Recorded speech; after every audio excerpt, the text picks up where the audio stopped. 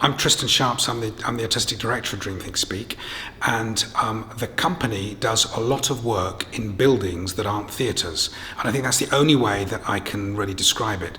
Sometimes we work in completely abandoned spaces, sometimes we work in semi-abandoned spaces, and that can range from vast underground abattoirs to huge old abandoned treasury buildings and hotels, to the underground basement areas of buildings that are fully functioning on the upper floors. So it really does vary. The work is always about audiences and audiences filtering their way through the space. I would say the three key influences on the work are architecture, film and visual art.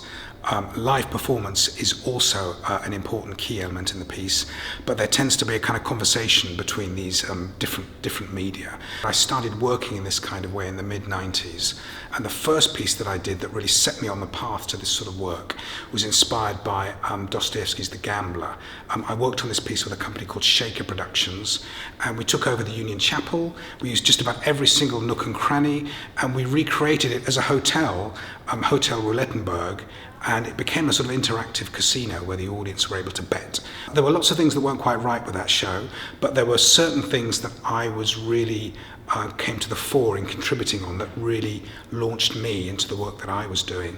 And then finally, when I formed dreamthinkspeak in 1999, I felt a tremendous freedom to then really explore the kind of things that I'd always wanted to explore but never really had a chance to do. And the work has ranged quite widely. I've come back to Dostoevsky again a couple of times. I've come to Hamlet a couple of times. I've worked on a completely new piece that was inspired by the Cherry Orchard. I've created a whole range of works for probably 30, 40 different sites around the world. The international element of the work is extremely important. And that's something that has always been important to me, working with people from other cultures, but also creating or recreating our work in other countries so that they absorb those cultures and the work then develops.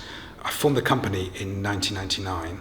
I would say that since then, all our work really has been about loss. And I've suffered a lot of loss in my own life. A lot of people have suffered loss, and I think that that theme informs pretty much all of the work that I do. Particularly now set against this increasing pace of change and this rate of development where we are losing things so quickly and gaining new things so quickly, but we don't really fully understand what it is that we've lost, which makes it very hard then for us to articulate a vision of what it is that we want to gain.